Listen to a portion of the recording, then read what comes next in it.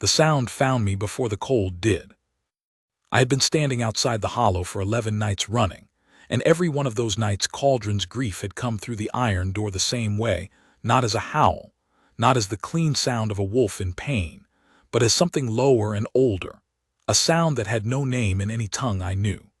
It moved through the stone walls of Valenholt like water through cracked riverbed, filling the passages, seeping under doors, finding the sleeping and the wakeful alike, and leaving them with the same hollow ache behind the ribs.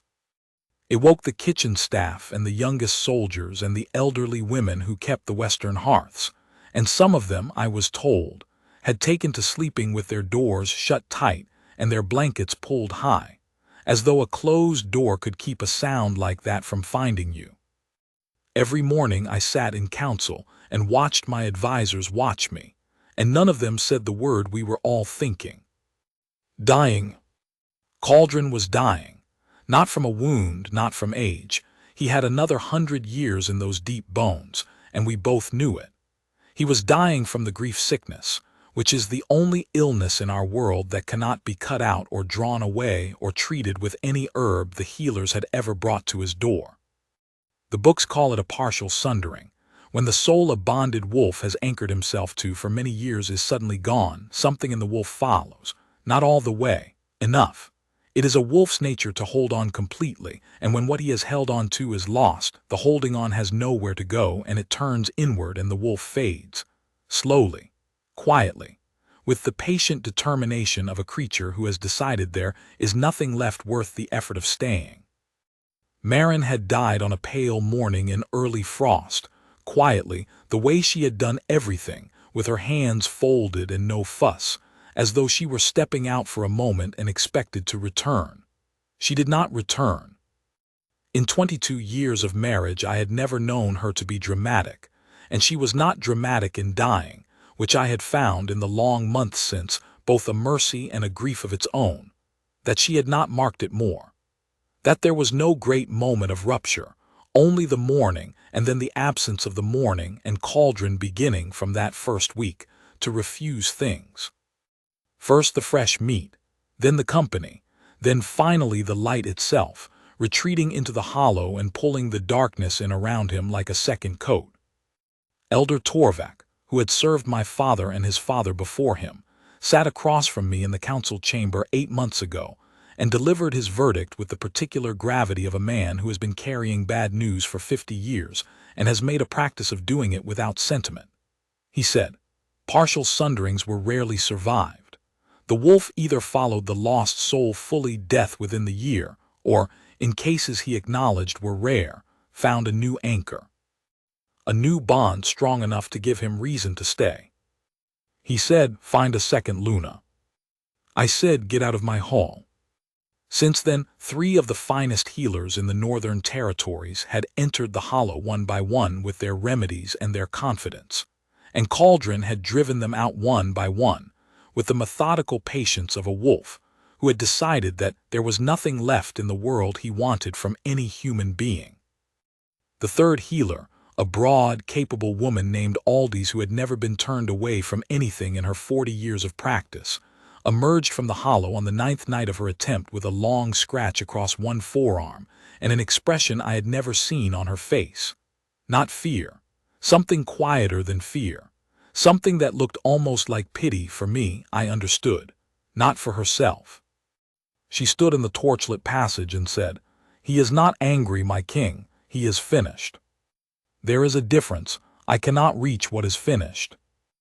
I thanked her and sent her home, and then I went back to standing outside the iron door, because I did not know what else to do, and standing in the passage at least put me in the same building as the sound, and being in the same building felt somehow like the least I owed him. Council sessions continued. I signed what needed to be signed, sat at the head of my table, spoke the words that needed speaking. But I was not fully present in any of those rooms, and I think everyone knew it.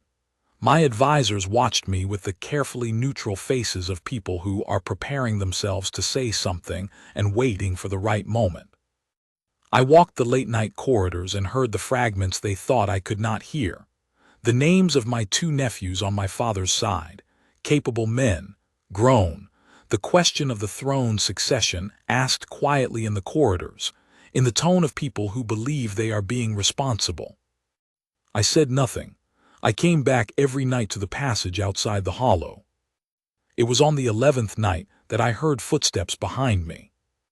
They were light and unhurried, not a guard's step, too uneven for a soldier's gait, and not sneaking, because sneaking requires urgency, and this person moved without urgency, without apology, without any sense that they had somewhere more important to be. I turned.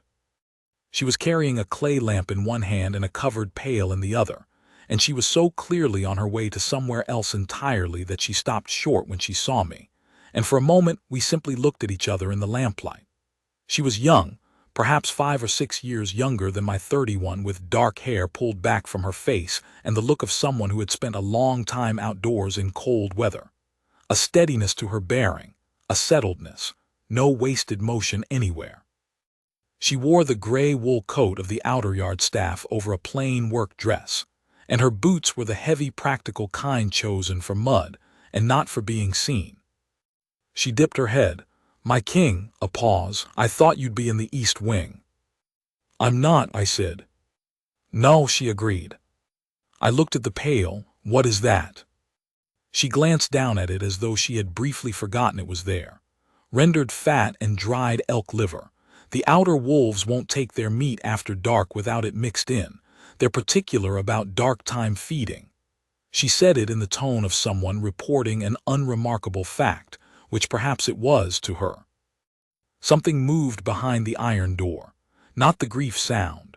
A shift, a stillness, as though a very large and very exhausted animal had lifted its head from the floor for the first time in hours. Then a sound, low, barely audible through the iron, with the shape of a question addressed to someone specific. The girl went still, not the stillness of fear. The particular stillness of someone who has heard a sound they recognize and is waiting to hear it again, giving the silence room. Cauldron made the sound a second time. She took one slow step toward the door. "Stop," I said. The word came out of the part of me that had watched the capable Aldi's walk out of that passage with a scratch on her arm, and it came before I finished the thought behind it.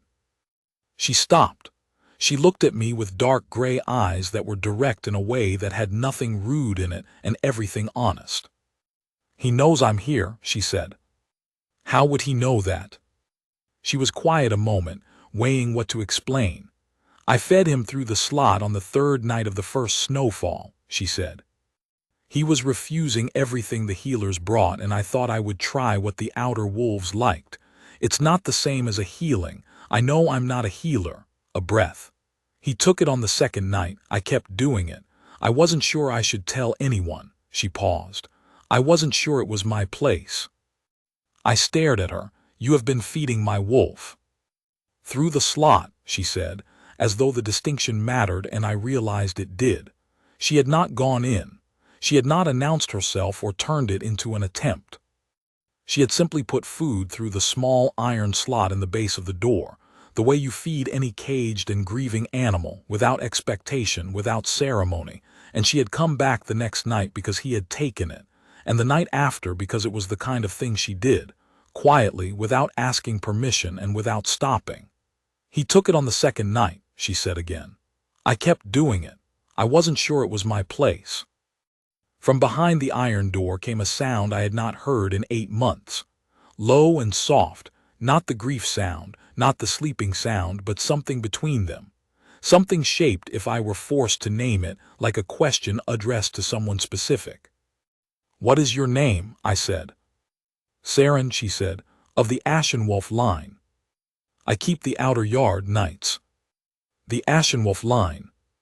I knew the name the way everyone in a wolf-pack kingdom knew it, not with malice, simply with the matter-of-factness of something that had been known for a long time and stopped being examined.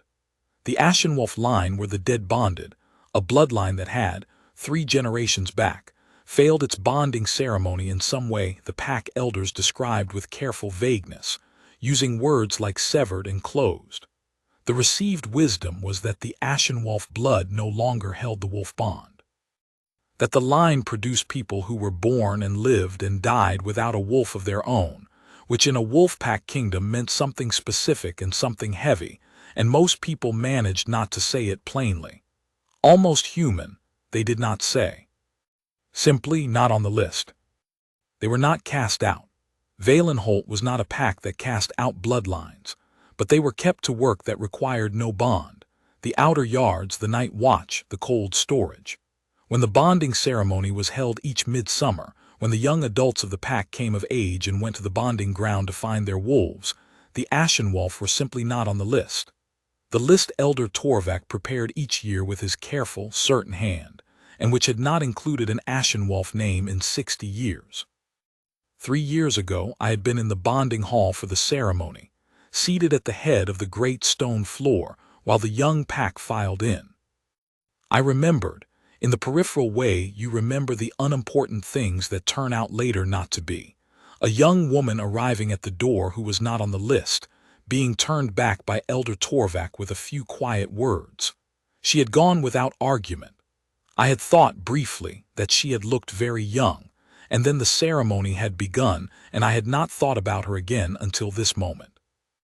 I was looking at her now in the passage outside the hollow. What I had read at the time as acceptance had been something more expensive. She had run out of ways to argue with a door that was not going to open, and she had gone because going was the only remaining option, and she had gone quietly because that was the only remaining kind of going. And she had spent 3 years after that building a life inside the options available to her, and one of those options had been to come down a cold passage every night with a covered pail, and feed a grieving wolf through a slot in an iron door, without asking anyone's permission, because she had learned quite young not to ask for things that would be refused. "You were at the bonding ceremony," I said, 3 years ago. Something moved through her face. She managed it quickly. "I came to the door," she said. "Elder Torvak turned me away." "I know." She said nothing. She looked at the iron door. "He's asking," she said quietly. "He knows I'm here and he's asking." I stepped aside. She set the clay lamp on the stone ledge near the wall.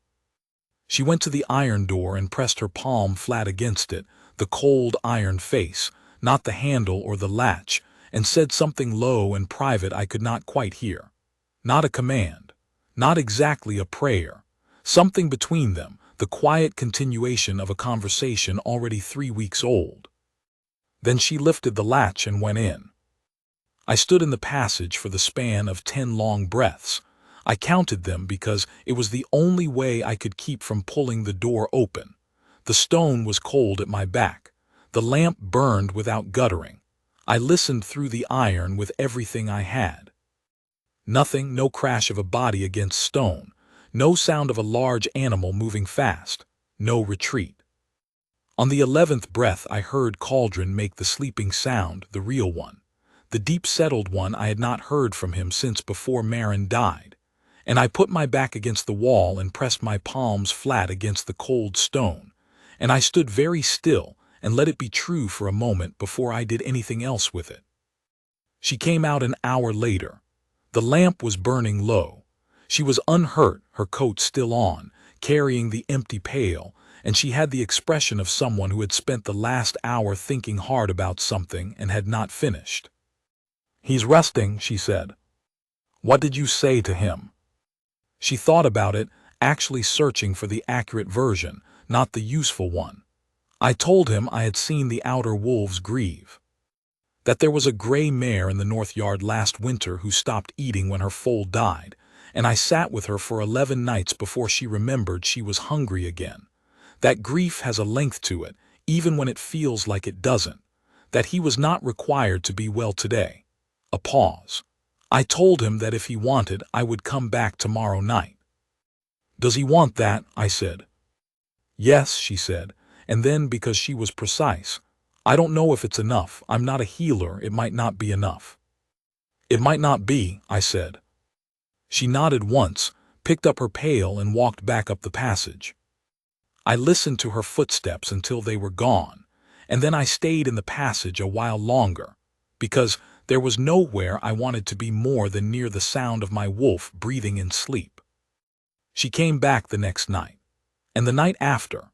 Every night for 3 weeks as the deep winter storms moved in from the north and coated Valenholt in 4 feet of packed snow, she came down the passage with her lamp and her pail, and Cauldron called to her through the iron before she reached the door, not the grief sound, the new one, the question addressed to someone specific. I took to arriving early. I told myself it was the concern of a king whose wolf's recovery was uncertain. That was true as far as it went. What I did not say to myself for some time was that the hour before she arrived had become the hour I spent looking at the door, that the sound of her footsteps in the passage had become the sound I was listening for without having decided to listen, that something in the deep cold evenings had rearranged itself around the expectation of her coming and felt different, colder and emptier, on any night she was late.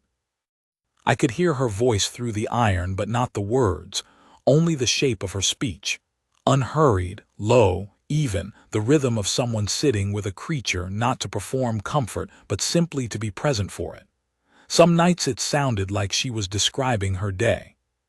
Some nights there were long stretches of quiet, and I could hear through the iron the slow rhythm of a wolf breathing in the particular cadence of an animal that has chosen, tentatively and then less tentatively, to sleep without grief. On the 4th night of the 3rd week, she came out of the hollow and found me in the passage, and instead of nodding and leaving she stopped, leaned her shoulder against the wall across from me, and looked at the floor with the expression of someone deciding something. "He's eating well now," she said. "His coat is better. The grief sound, the low one you can hear from the outer yards, he hasn't made it in 6 days." I had noticed. I had not told anyone, afraid to. "He still grieves," she said. "I don't want you to think the grief is gone. It isn't. But it's the mare's analogy holds. She still turned her head toward the south pasture for a year after, but she was eating. She was choosing to stay." She looked up at me. "I think he needed someone to tell him he was allowed to grieve and stay at the same time, that those two things weren't opposites." I thought about that for a moment. The wind outside found a gap in the old stone above us and came through in a thin, cold thread that made the lamp shudder. "Did anyone tell you that?" I said. "After your ceremony?" She went still the way she went still when Cauldron called through the door. "No," she said. "Who decided the Ashenwolf line does not bond?" "Elder Torvak." "On what evidence?" She looked at me with an expression more careful than either hope or suspicion, something that had learned to hold itself at a distance from things that looked like they might matter. "My great-grandmother's ceremony failed," she said.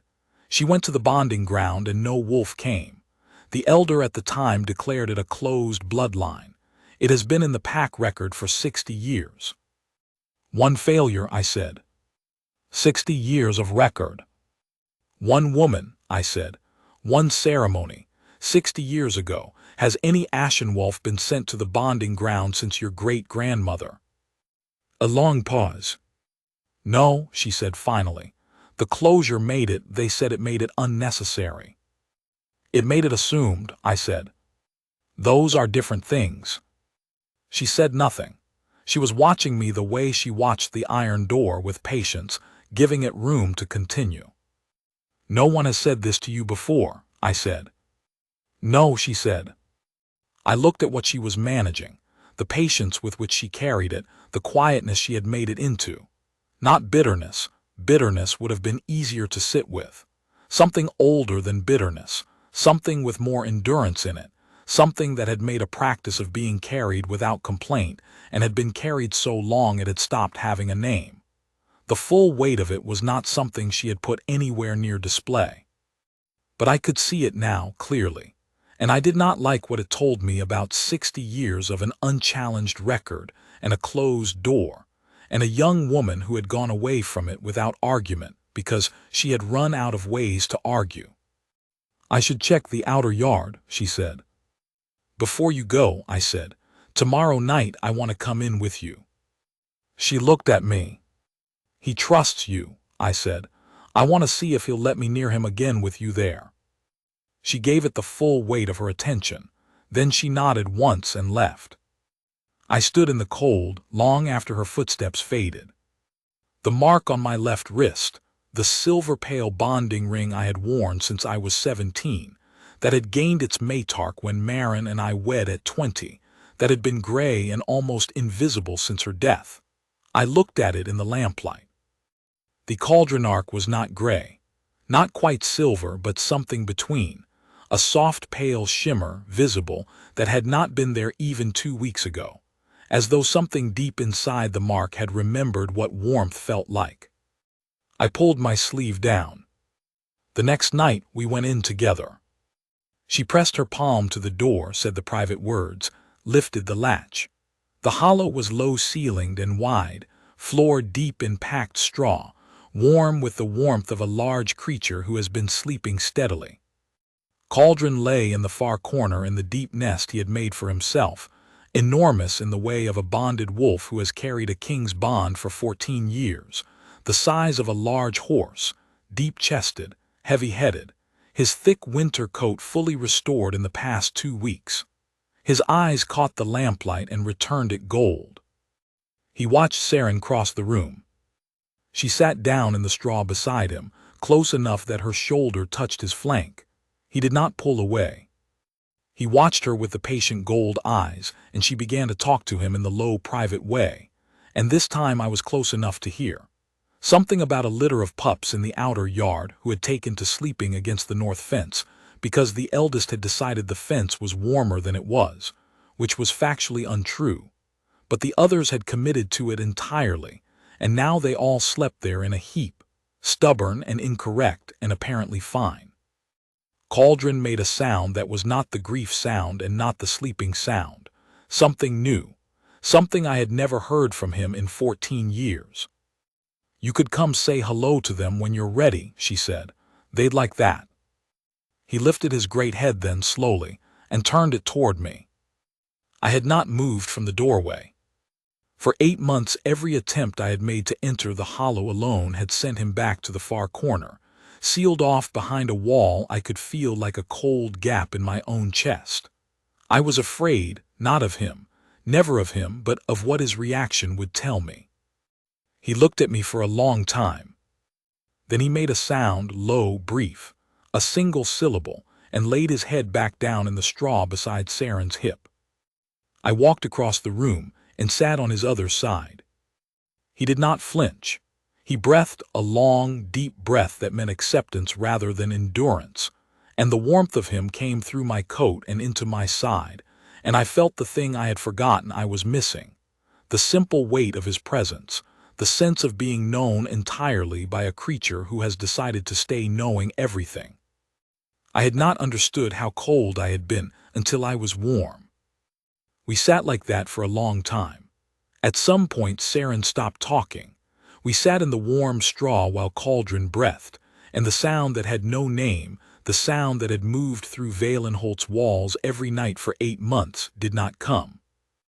And then I became aware, slowly and then all at once, of the warmth on my wrist.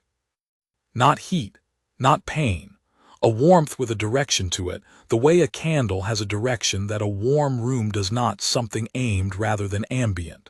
I pushed my sleeve back. The mark was lit. Not fully, not the complete ring of the Marin years. The Marin arc was still gray, still hers, and I noted that with the part of me that had made its peace, the way you note the shape of a healed scar. But the Cauldron arc was bright, brighter than it had been in 8 months, and beneath it, on the inner skin of my wrist, in the place where a mate mark would lie, there was a new mark. Not complete, a crescent, pale, silver-soft, the first arc of something that had not been there an hour ago and had no business being there unless the thing it was signaling was true. I looked up. Saren was looking at her own wrist with an expression I had never seen on her face. The steadiness was still there. It was always there. It was the ground she stood on, but underneath it was something I had not expected.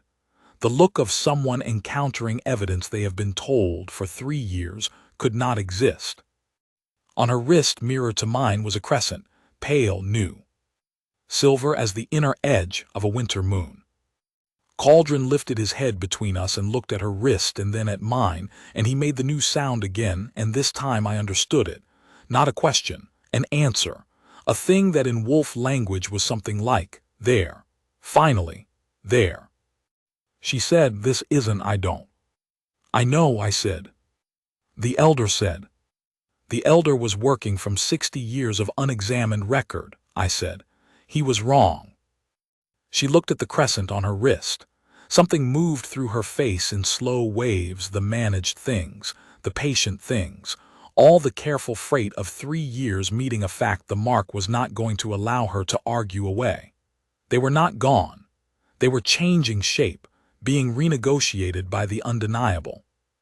The Ashenwolf line does not bond, she said, quoting it. The exact words Torvak had used in the ceremony doorway 3 years ago, delivered with the certainty of a man who had no reason to examine them. Look at your wrist, I said. She looked. The crescent was brighter than a moment ago. Marks respond to proximity and attention, and we were both close and both looking, and the thing between us that had been building without a name across 11 nights in a passage and 3 weeks of voices through iron was no longer nameless. She said, I came here for Cauldron. I know, I said, so did I at first. She looked at me, not alarmed, not retreating, the steady gray eyes meeting mine in the lamplight with the directness of someone who has run out of reasons to manage themselves. What comes next, she said, practically. Such a sarin question. Something moved in my chest that did not need a silver mark to explain it. Nothing you don't want, I said. That is the first thing. The mark is there and it will stay. What we do with what it means, that is not the mark's decision to make. It is yours. She looked at Cauldron. He had settled his heavy head back into the straw between us and was sleeping the real sleep, the certain sleep, the sleep of an animal who has decided, without announcement, to stay. His breathing was slow and deep and even. He's really sleeping, she said softly. Yes, I said. A pause. The gray mare, she said, eventually started eating on her own. She didn't need me every night after about 5 weeks. She'd come back to herself. Start doing mare things. She'd watch me over the fence when I brought the morning feed and then look away when I caught her, like she was too proud to admit she was glad I was there. How long did it take you to love her? I said. She thought about it with the full weight of her attention. About 4 nights, she said, but I didn't say it for 5 weeks. I understood that. We stayed in the hollow until the lamp burned out. In the dark, by Cauldron's warmth, I heard her fall asleep, the small change in her breathing, the slight shift of her weight in the straw. I sat in the dark and felt the mark on my wrist doing its quiet work, and I thought about what it means to be a king who has forgotten, somewhere in the long gray months of grief, what it feels like to be in a room where something good is happening and not want to be anywhere else in the world. I fell asleep before the deep cold hour and woke to the outer yard bell. Pale light through the wall slit. Saren, already awake, brushing straw from her coat with the composed look of someone who has been awake a few minutes and used them. She looked at me, then at her wrist. Still there, she said. Still there, I said. She stood, picked up the empty pail. At the door she paused. I need a few days to think, she said. As many as you need, I said. She nodded once and left. I sat in the straw with Cauldron, who was watching me with the gold eyes and making no sound at all. I looked at my wolf. He looked at me. 8 months of wall between us and it was gone, not as though it had never been there. I am not a man who erases the history of things, but gone in the way a wall becomes a door.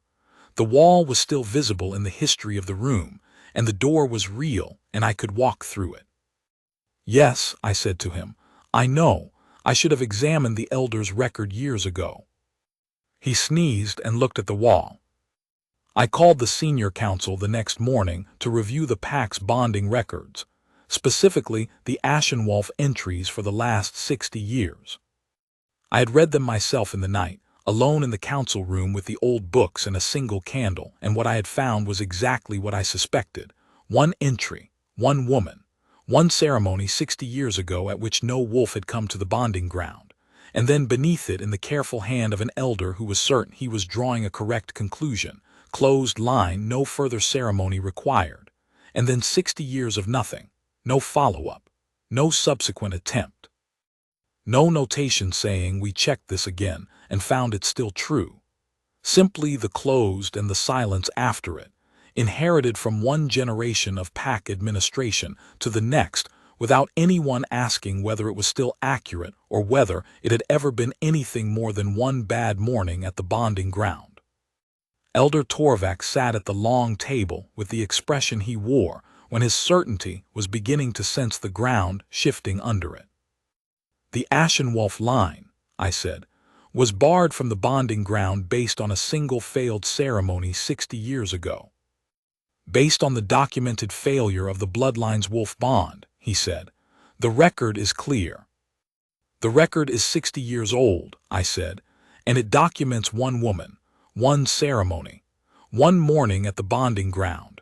Tell me, Elder, in 60 years, has any Ashenwolf been sent to the bonding ground to test whether the record still held? A pause. The record speaks to the closure of the bloodline. Has any Ashenwolf been sent to the bonding ground, I said, in the 60 years since that record was made? A longer pause. No, he said, the closure made it unnecessary to. It made it assumed, I said. Those are different things. An assumption is not a fact. A closed record is not the same as a tested one. One failed ceremony is not the same as a failed bloodline. Those are different things, Elder, and the pack record has been treating them as the same thing for 60 years. He looked at the table. Around him, my other advisors were very carefully looking at nothing in particular. There is something else, I said. I pushed my sleeve back. The half-ring on my wrist was bright and clear in the morning light. Unmistakable. The kind of thing that ends arguments, because it is the kind of thing you cannot misread or reframe or explain into something else. A mate mark on a bonded king's wrist is one of the most visible things in the world of the pack, and everyone in that room had eyes. Torvak looked at it for a long time. The mark is on a bonded king's wrist, I said. You know what that means. You know what a half-ring on the mate's side means. You know what I am going to tell you next. He looked at me. For the first time in the 31 years I had known him, he looked his age, all of it. An Ashenwolf, he said quietly. Saren of the Ashenwolf line, I said, who has kept the outer wolves eating through every dark night of this winter, who spent 3 weeks sitting with Cauldron through the grief sickness, while your 3 certified healers could not get within 10 feet of him, who carries the mate mark on her wrist as of last night. The line does not bond, you said. Tell me what you see on my wrist. He was quiet. I will tell you what I see, I said.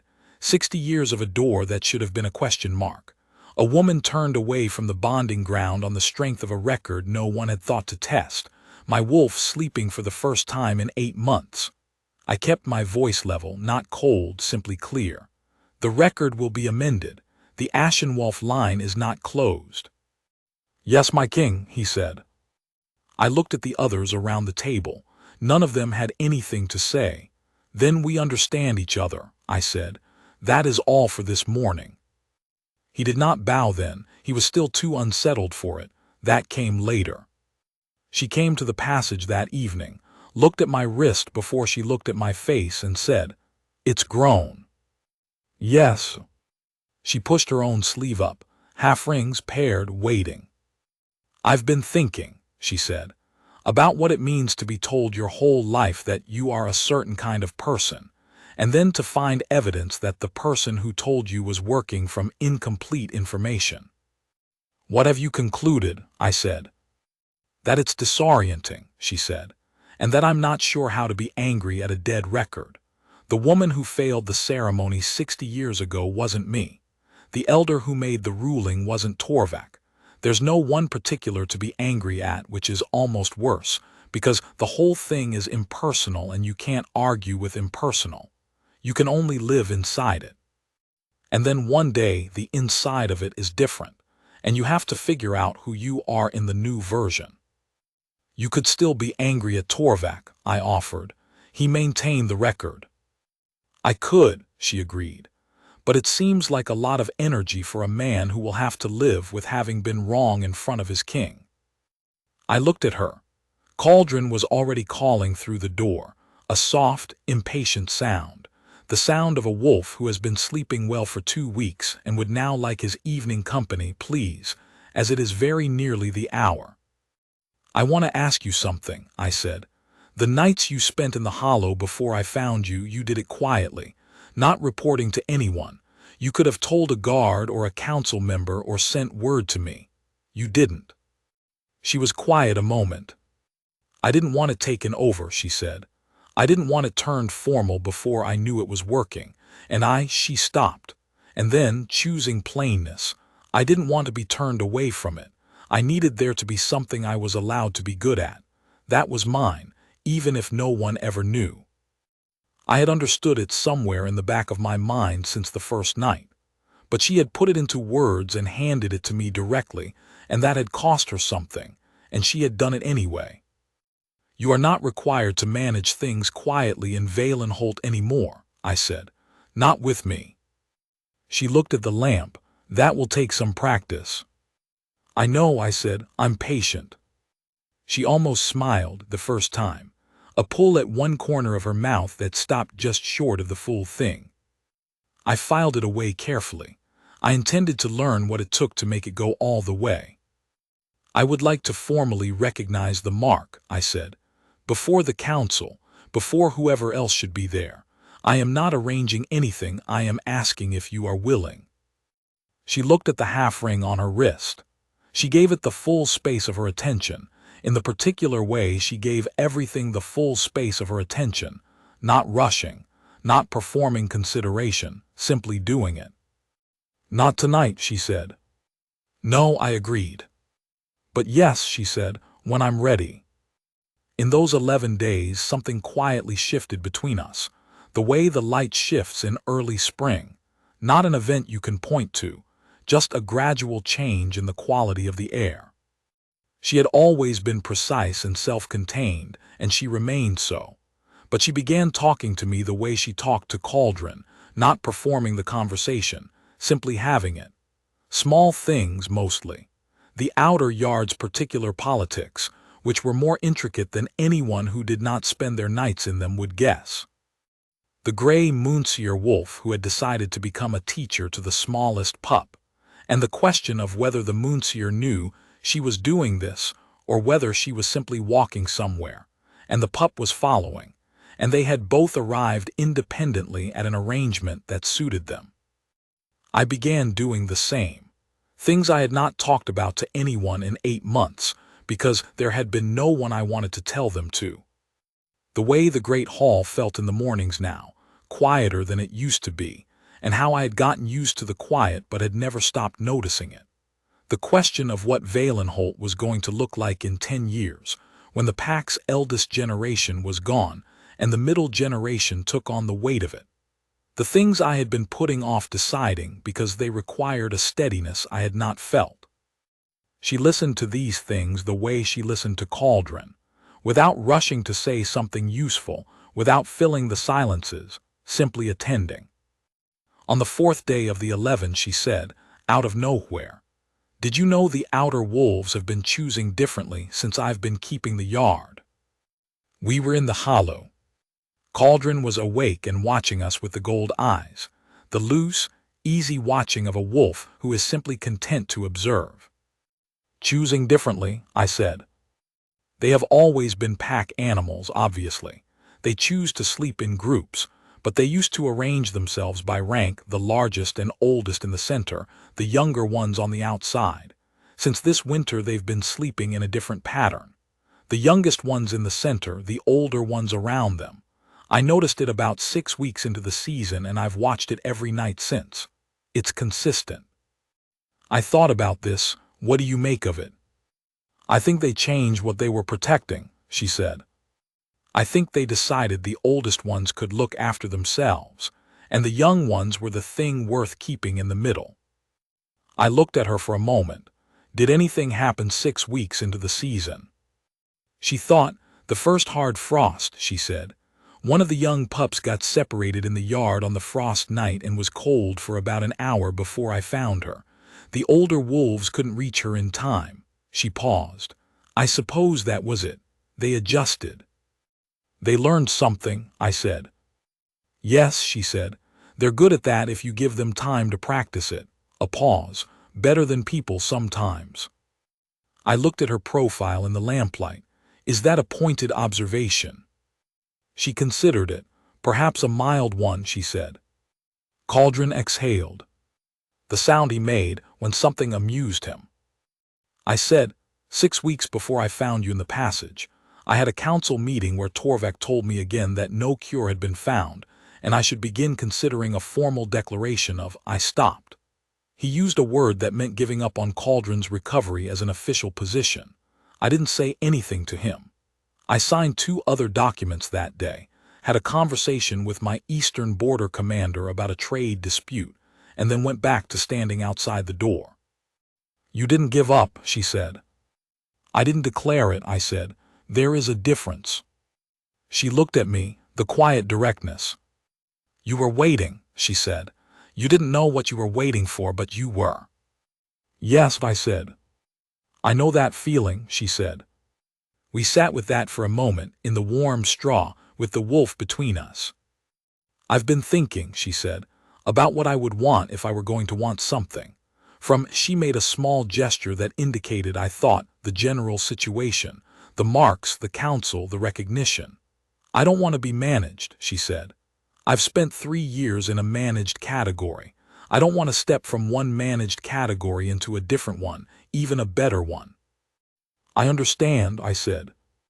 I want to be consulted, she said a little carefully.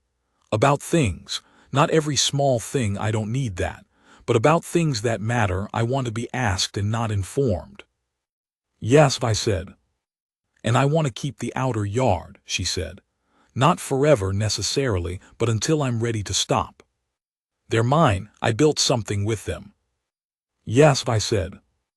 And I want to be able to tell you when something is wrong, she said, without it being a difficulty, without the feeling that I have to manage the information before I give it to you. Yes, I said, all of those things. She looked at me. You're agreeing very quickly. I am not agreeing quickly, I said. I agreed immediately, which is different. Everything you've said is reasonable, more than reasonable. I paused. And I would add something of my own if you're willing. She waited.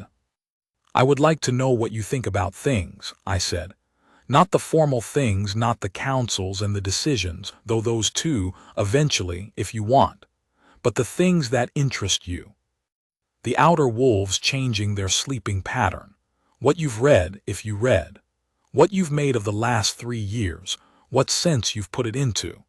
I've been spending 11 nights a week in this passage for 8 months, and you've been the only person who made it feel like something was happening, and I don't think that is only about the wolf.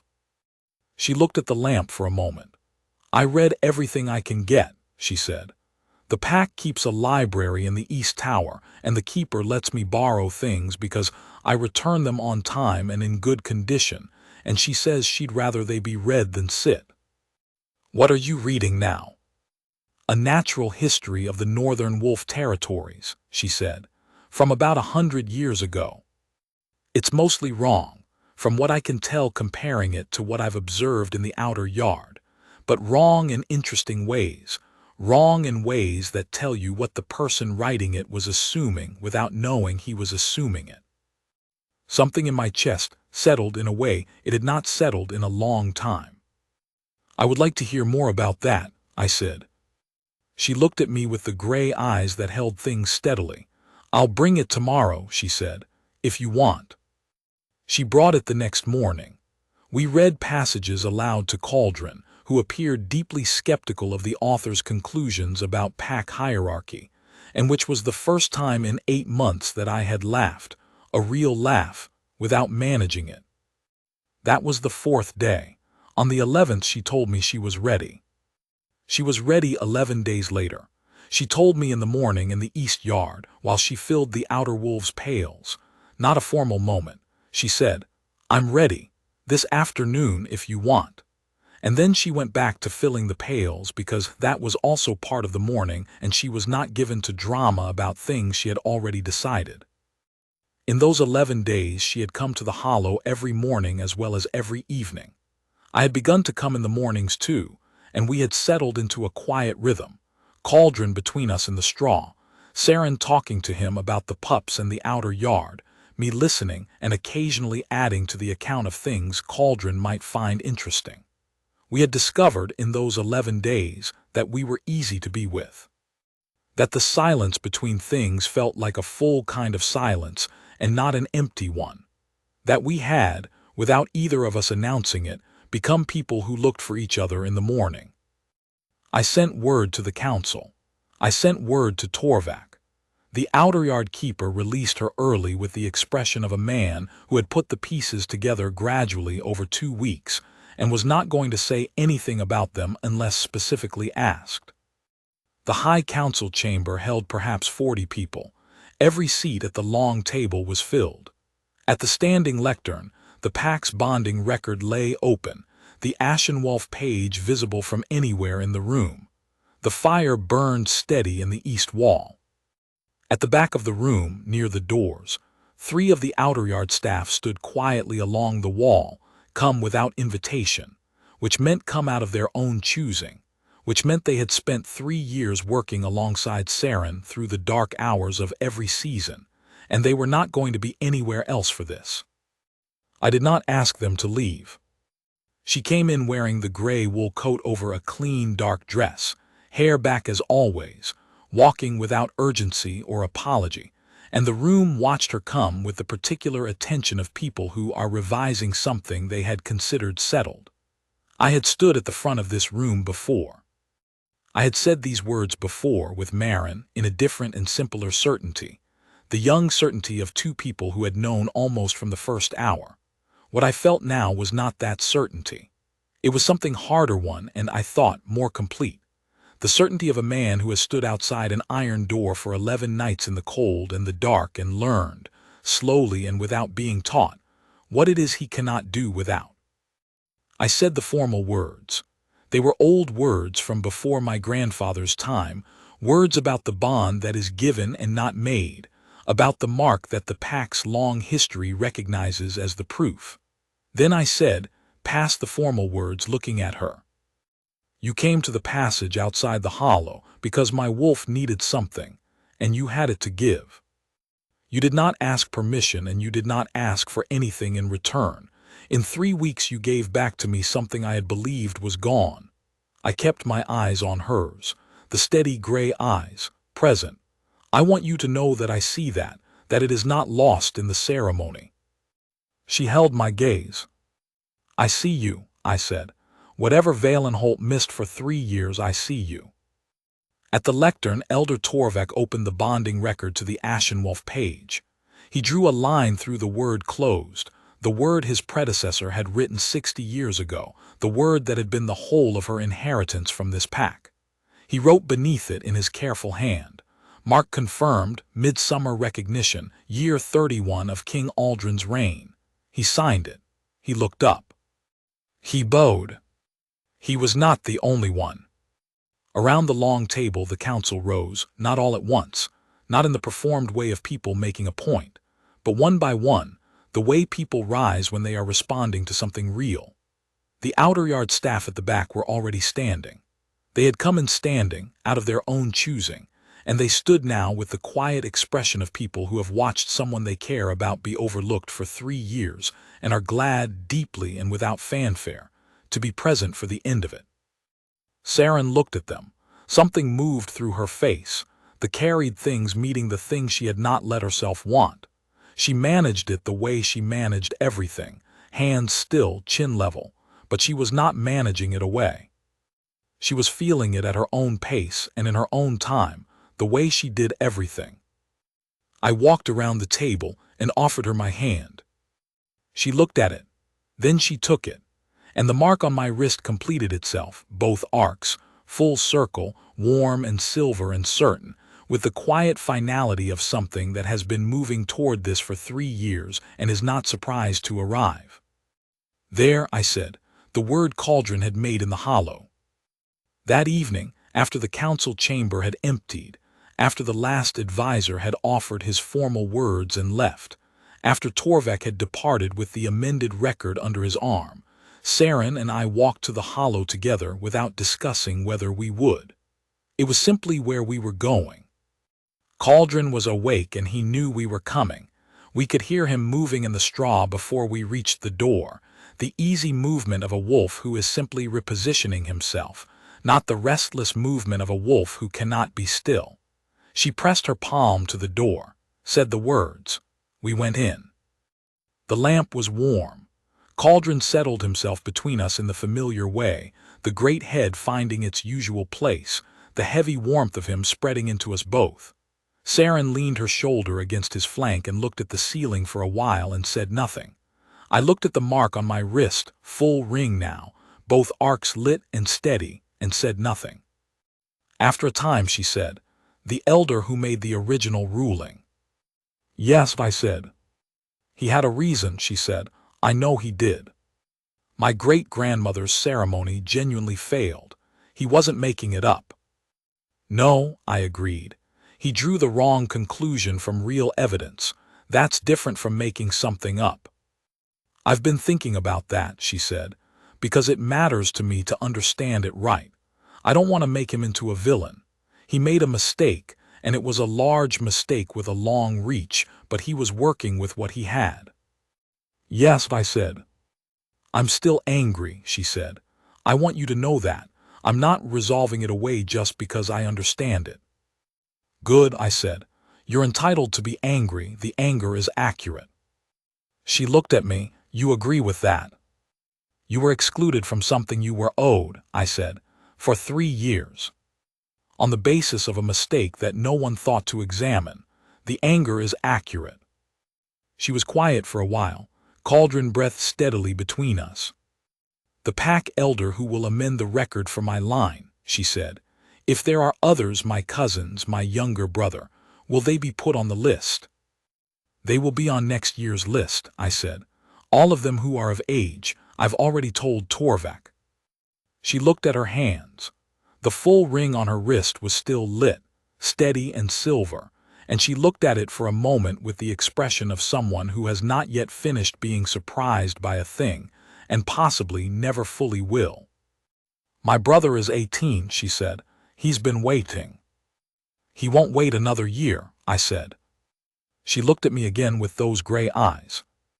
And then she said quietly, "Thank you, not for the mark, not for the recognition, for her brother, for the list, for the things she had not asked for because she had stopped asking and that I had found without being told to look." I understood that. I understood the full weight of it. I held it carefully. "Don't thank me yet," I said.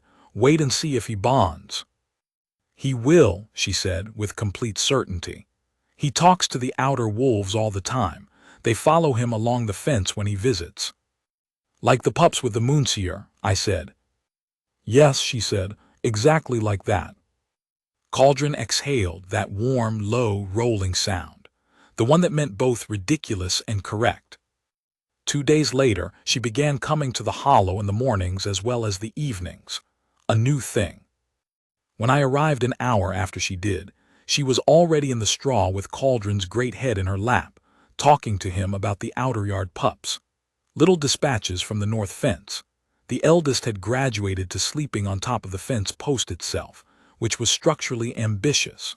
One of the smallest had taken to following the old gray moonseer wolf around the yard at a respectful distance, apparently under the impression she was being taught things.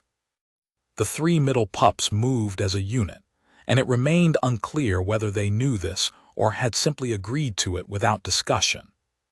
Cauldron was nosing Saren's coat pocket with the serene expectation of a wolf who has located the elk liver treats and is not going to pretend he hasn't. I sat down in the straw on his other side. Without looking, She passed me a treat from her pocket. She continued her dispatch. The eldest pup, she said, was spending approximately 1 hour each morning on the fence post watching the yard with enormous self-importance, and approximately 1 minute falling off the fence post, and then immediately climbing back up to resume the self-importance. She had decided to admire this as a philosophy. Cauldron exhaled, a warm, low, rolling sound. The sound a wolf makes when something is both entirely ridiculous and entirely correct. Outside, the deep winter storms had broken at last. The first pale light of the early thaw came through the slit in the hollow's wall and fell in a long, thin bar across the straw, and Cauldron's coat was bright in it, and Saren's profile was bright in it, and the mark on my wrist was a full, steady ring of silver, both arcs complete, burning quietly the way good things burn when they have finally found what they were made for. I had spent 8 months outside an iron door, listening to a sound that had no name. I understood now that the sound had been a question. The wolf had been asking, in the only language he had, whether there was anyone left who would come. She had always been the answer. She had simply been kept for 3 years from the door. I was the king of Valenholt. I intended to spend the rest of my reign, ensuring that no door in my kingdom closed on her again. That morning in the hollow, Saren reached the part of the pup dispatch where the fence-climbing eldest had, for the first time since beginning his daily practice, managed to stay on the post for the full hour without falling. She delivered this news to Cauldron with the dignity the occasion deserved. Cauldron raised his head and surveyed the middle distance as though considering his response, and then he turned toward the slit of winter light in the wall and closed his eyes in the slow, deliberate way of a wolf who is registering something as good. He had been doing that more often, registering things as good. The way he cocked his head when the outer yard bell rang in the morning. The way he watched the lamp. The way he settled deeper into the straw when Saren began talking, not toward the back of the hollow but toward us, oriented toward us, the weight of his great body leaning into the warmth between us rather than away from it. Maren would have been glad of this. I knew that. She had loved Cauldron the way she loved everything, practically without fuss, with the kind of consistent small attentions that add up over years to something enormous. She would have been glad he was staying. She would have said so plainly and without ceremony, and then asked what was for the midday meal because she was like that. I was not afraid, I found, to think about her this way, not anymore. She had her place in the history of me, and the history of Cauldron, and the history of this hold, and nothing that was happening now was undoing that history or requiring her to be anything other than what she had been.